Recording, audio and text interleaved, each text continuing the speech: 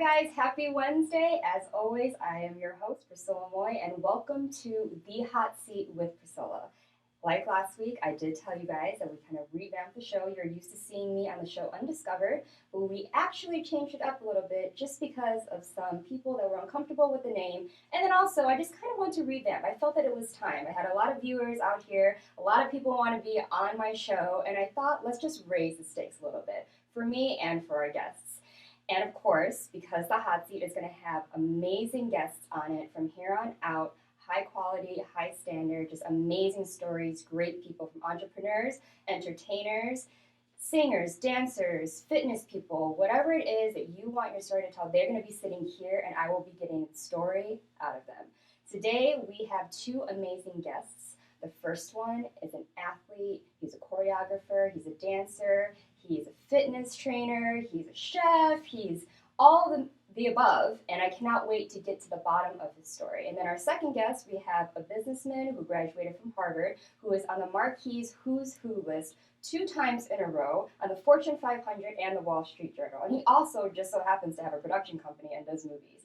What I love about Vegas is that when I have people on these shows, they do so many different things, and there's so many opportunities for these people to go out there and give Vegas a big name for itself.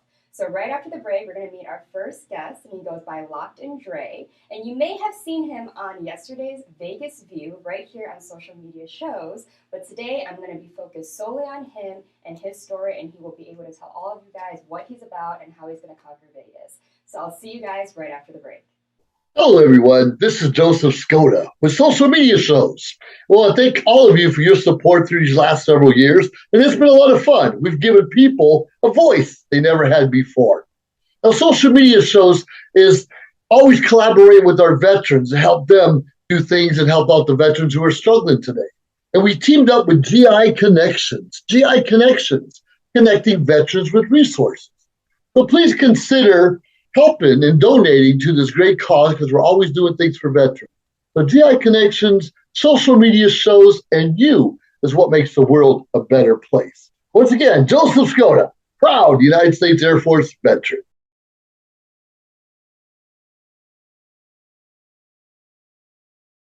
Hey guys, and we are back with The Hot Seat with Priscilla. And as I mentioned, our first guest, LockedIn Dre, has a lot going on. He's got a lot to offer Vegas. He's here. He's been here a little bit, but he's here to show you what he's made of, and he's new to the scene in so many different areas. Everyone, please welcome LockedIn Dre.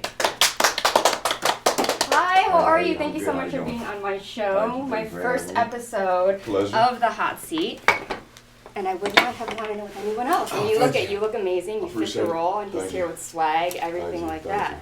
So yesterday you were here in the studio. This is not your first time being interviewed, correct? And so I promise I won't cry. We're going to make this about you. We're going to 100% focus on Dre. That's what this show is going to be about.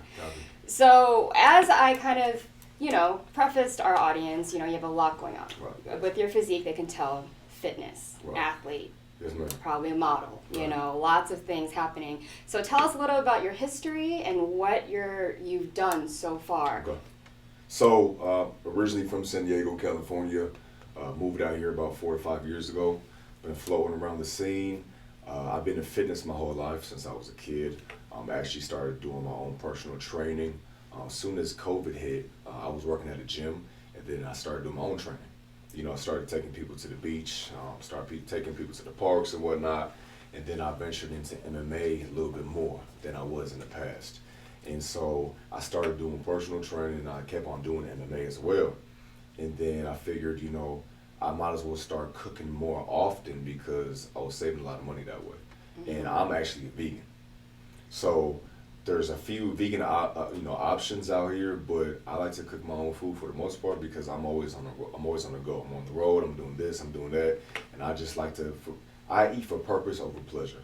So what that means is I can eat pretty much the same stuff nonstop because I'm eating for a specific purpose to get my gains and from the gym and whatnot. You know what I mean? So again, doing personal training, doing MMA. I've been doing some modeling as well. For the social media, I'm an agent, and he's connecting me with various different brands. And so, there's multiple things that I do. I'm just trying to hit every single market that I can. I'm young. I have the energy, the vibration, the frequency is there. You know what I mean? So, Right. as many things as I can do, I don't believe in saving energy. I want to be able to do as much as I can. The more things I can do, the youthful I stay. My diet's on point. My nutrition is great. I'm very spiritual. My vibration is at a high level at all times. Just recently started doing the acting as well. Last year I was in Magic Mike, real brief. In the scene and behind as well, and that was my first introduction to actually how the whole lights, camera, action, the production works, and the camera and being on set. And once I started doing it, I just fell in love with it. Right. It's something you can't get anywhere else. It's a different type of high. Yeah. It's like a drug. You know what I mean? Yeah. It just feels great. Yeah, and I can't wait to touch that. I want to go back to a little bit about your fitness because I think this is going to touch with a lot of people. Okay. You know, you're vegan. Have you always been vegan, or is that something that you kind of, stumbled upon as you were doing, a lot of your fitness training? Right. So I actually became vegan 7 years ago. I got food poisoning. Ah. You ever had food poisoning before? I have not, but Yeah, I've heard really bad I hope things. you never do. I hope they never do either. So I got some food poisoning from some type of chicken, and once I got the food poisoning, I was actually ill for about 10 days. Wow, that's a long time. Mostly I Yeah. hear max is like a week. Yeah, I think it was a little bit more than food poisoning, but I just, just thugged it out when I was at the house for a little minute, and then I did research on how to actually still be strong and still be able to go to the gym and perform without meat. I was like, I'm not Yes. going to do the whole vegan route. That's too Yes. extreme. That's doing too much. And I did a lot of research, and then I experimented with myself. Mm-hmm. And I was a vegetarian for about 3 to 4 months, and I felt like I was halfway in, halfway out. Yeah. So I did more research, and then I did more experiments on myself being a vegan, trial and error. Then I finally maximized and seen exactly what I need to do. And that's what inspired me to start cooking more. That's great. Because I think a lot of people, the fitness world, when they think of vegan or vegetarian, in their mind, they're like gains, protein. Right. Right? So I think the question I want to ask you is how did you balance that for finding, vegan options? Because you're very built. You have a great form. I saw a lot of pictures of you and videos of you, and so it's not edited. It's great. So how would you tell the audience, people who are vegans, or struggling with that, what they can do? You would have to do a lot of research. You'd be surprised on how many different vegetables and grains you can get as far as protein goes.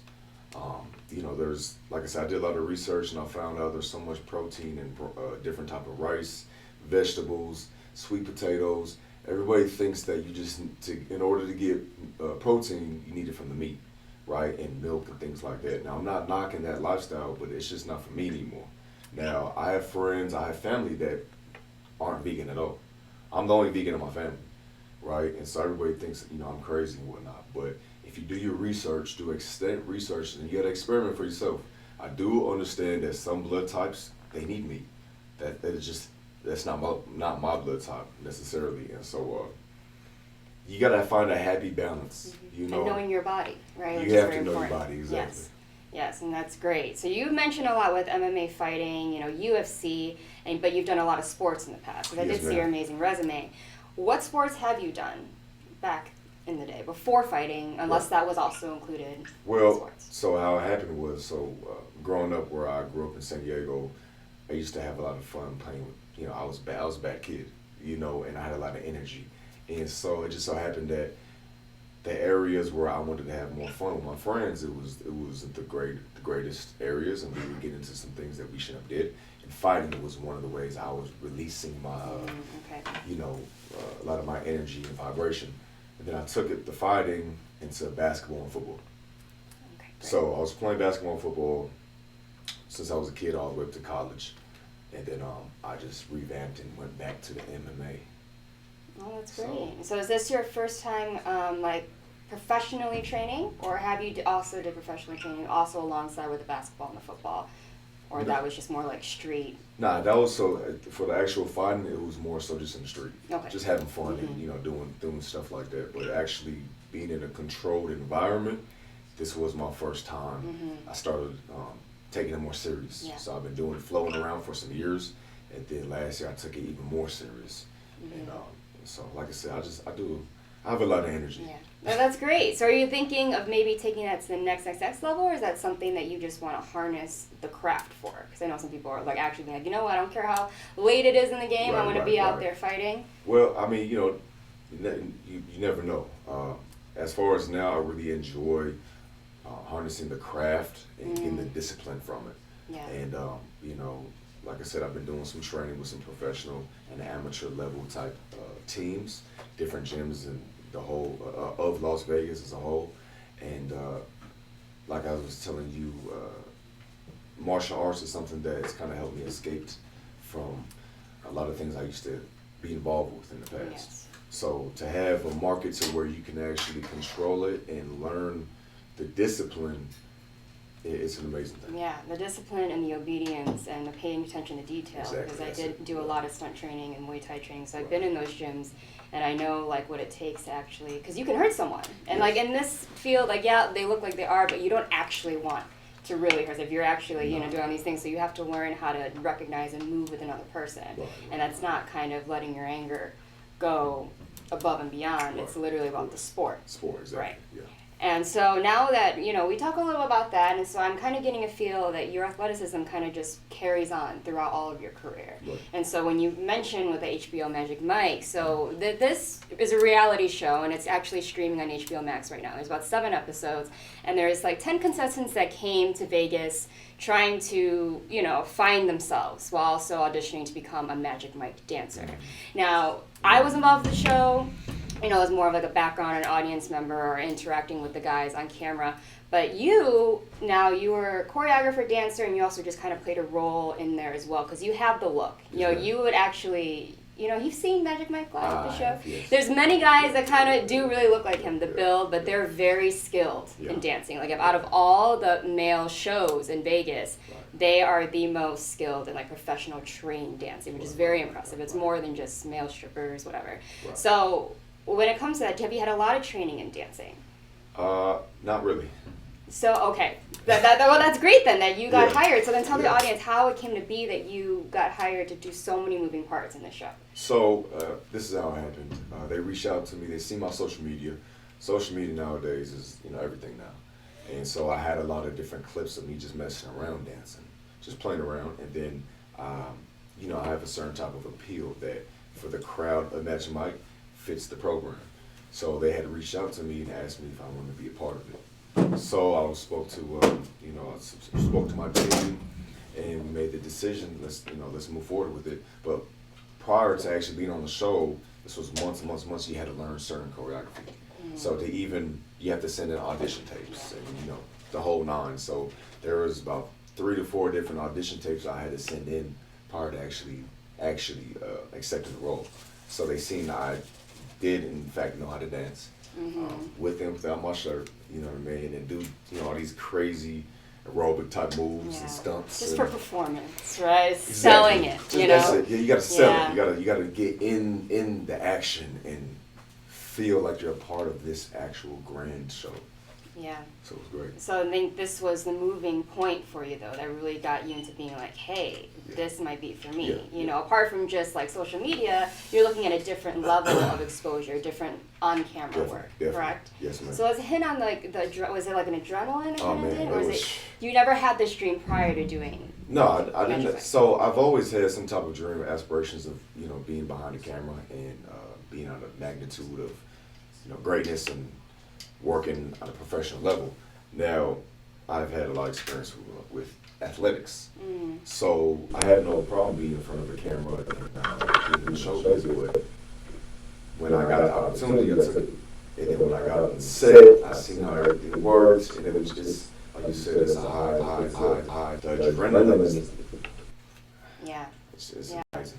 It can reel people in really fast, but it also spits people out really fast because it's such a tedious, but very high maintenance, and also you have to be a very strong-willed person to be able to continue to do it. Like you've seen the hours that it takes to just do like maybe a 2-second scene. If it even makes the show. Right. A lot of times, a lot of those don't even make it. But my experience with athletics, being sports, when I came to this world, it was, to be honest with you, it wasn't as hard as being on the court or on the field at 4 a.m., 3 a.m., and being physically active It's a different aspect. I'm not saying that it's easy whatsoever, but for me, my adjustment was just a little bit different because I come from a background of tedious work, physical tedious work. So this is made for you. Yeah, this is amazing. So now that you've done a couple of interviews I've seen online, and then you've also been in the studio yesterday. Obviously, you seem like a natural, but you also told me that you want to get into the movie business. So what is your dream with that? What does you want to accomplish? Do you want to also write? Do you want the whole thing with film, or do you want to be an actor, a stunt double? What's the vibe? No, I want to do everything. I want to act. I want to be a stunt double. I want to direct. I want to produce. I love everything about the whole art industry. I also work with music as well. I'm a music producer and engineer. I just have a great eye. I have a great ear. Yeah. I know what somebody can do, and I know, where to put people at, and just the whole art behind it. I have a very, very strong passion for it. Yeah, and you have the confidence too, and that's a big thing to have. Big. Without being too cocky, right? It's like that humble confidence in yourself and who you are, and being very self-aware, which I feel a lot of people don't know. Yes. Yeah, a lot of people see me and they just automatically think I'm a certain way, so they actually have a conversation with me and see I'm more than what you see. Right. I'm very spiritual.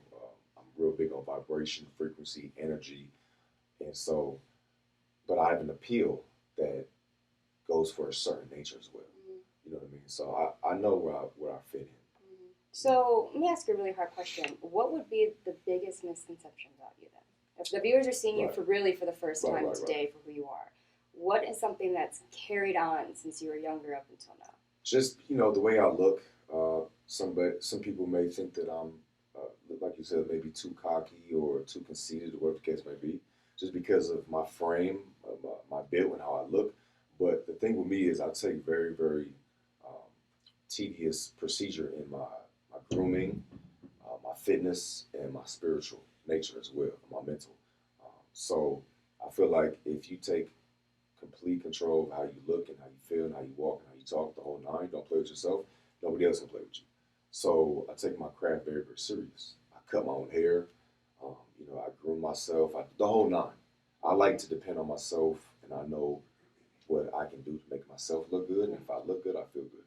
It's great. It's the self-awareness that a lot of people lack, which I absolutely love, and I love that you have the work ethic that makes you know that you're just going to continue to work harder, no matter even if you make it. Right? There's always something you can improve on. I mean, that's when you get with sports, with being very tedious on your life and being very you have a dream and you want to make sure it works out, because especially in this business, there are a million people that they could choose that look like you, but what sets you apart from someone else? And I think that's a question a lot of people need to ask themselves when they're in this job, right?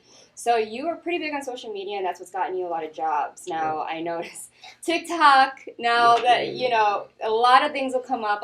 He gets a lot of women attention, and so I did ask permission. He does allow me to use the word thirst trap, and that is kind of what it is. And it's not a bad thing, honestly. I mean, it's gotten you some jobs. It's getting you a lot of followers. Do you feel that that's kind of pushing you towards where you want to be, or do you feel like it's holding you back a little bit? As far as the thirst trap goes, I mean, the thing is, what you see online and what you see in person, they can always be two different things, right? So a lot of people that aren't in this industry, they see certain thirst traps online, and what they don't understand is a lot of those type of thirst traps and those type of content can land more jobs, more gigs. You can clean it up. You don't have to go, too crazy with those type of posts. But again, the directors, the producers, they want to see engagement. They want to see if you have a certain look, a certain feel. They want to see the audience, how they're going to react to certain things you do. They want to hear your voice. They want to see if you have a certain appeal, right? Whether you're a man or a woman, there are certain things that you need to do to post online, right, to get more feedback and land more jobs, like you say. So with me personally, I don't mind the type of posts I actually put out there, because they're not anything too provocative, nothing too crazy. But for me personally, I don't need to show too much skin and do something too crazy to get a lot of feedback on certain posts and things of that nature. So there's just a lot of people that are always like, oh my God, you're posting all these things, but you want to be serious. All these people saying these things, and I know sometimes people are like, oh no, I want to be taken seriously as this, but all people see of me is the character I play in social media. Right, Now, that's not necessarily a bad thing, and I don't think it's a bad thing right. at all, because you got to play the game. Social media is Exactly. there for, it's like free marketing. You can market yourself however you want to market yourself. Right. And so now that you want to kind of push further, are you going to keep that, but then add on to it? Or are you just going to kind of build and be like, hey, like, this is me? Well, to be honest with you, in the prior to the making my account kind of private and cleaning it up, I was posting a lot for more so the women, right, and more of a sexier type of appeal. But that wasn't more so what I wanted to do personally. I just wanted to do that because the feedback, the whole nine, etc. But now I came to a realization that I want to be more of myself and clean it up, be more professional. So I went on a little hiatus, made my accounts private. You know what I mean? Actually deactivated my IG, but I'm gonna bring it back. I didn't delete it altogether. Just deactivate it. Take a little breather. I'm gonna clean it back up, and I want to post more professional pictures and photos, videos of short films. Yeah.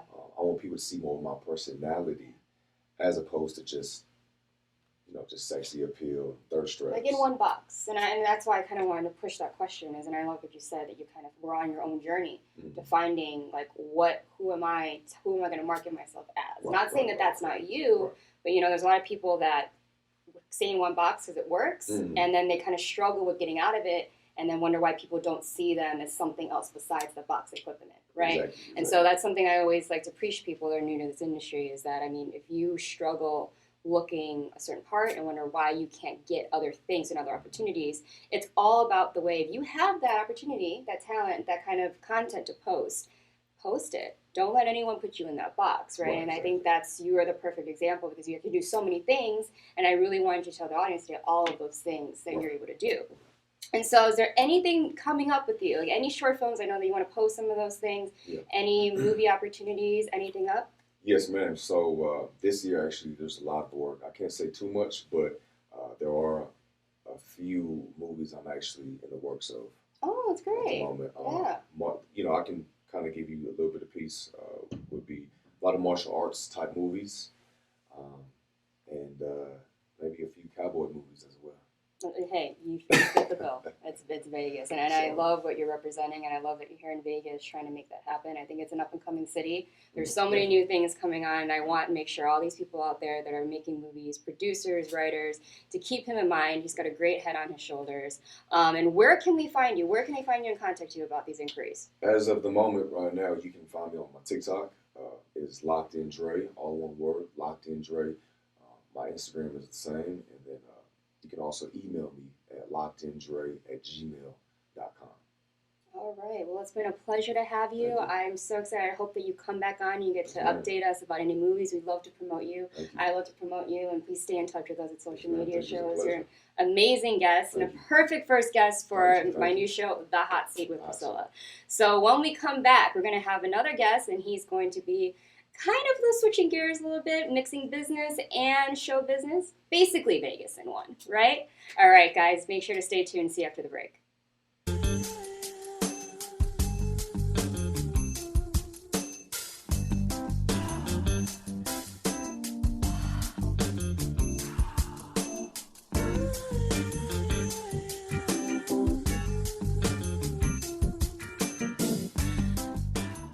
Social Media Shows is a production company based here in Las Vegas, Nevada. We offer these services.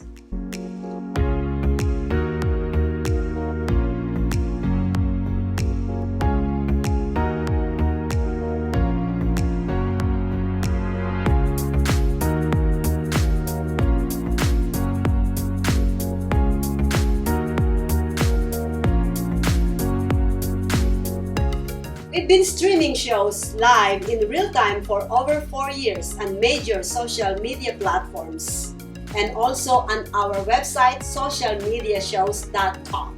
And we are now on Roku TV. We welcome you to have your own show on our TV network. Call us 651-955-8743 or email us at admin@socialmediashows.com.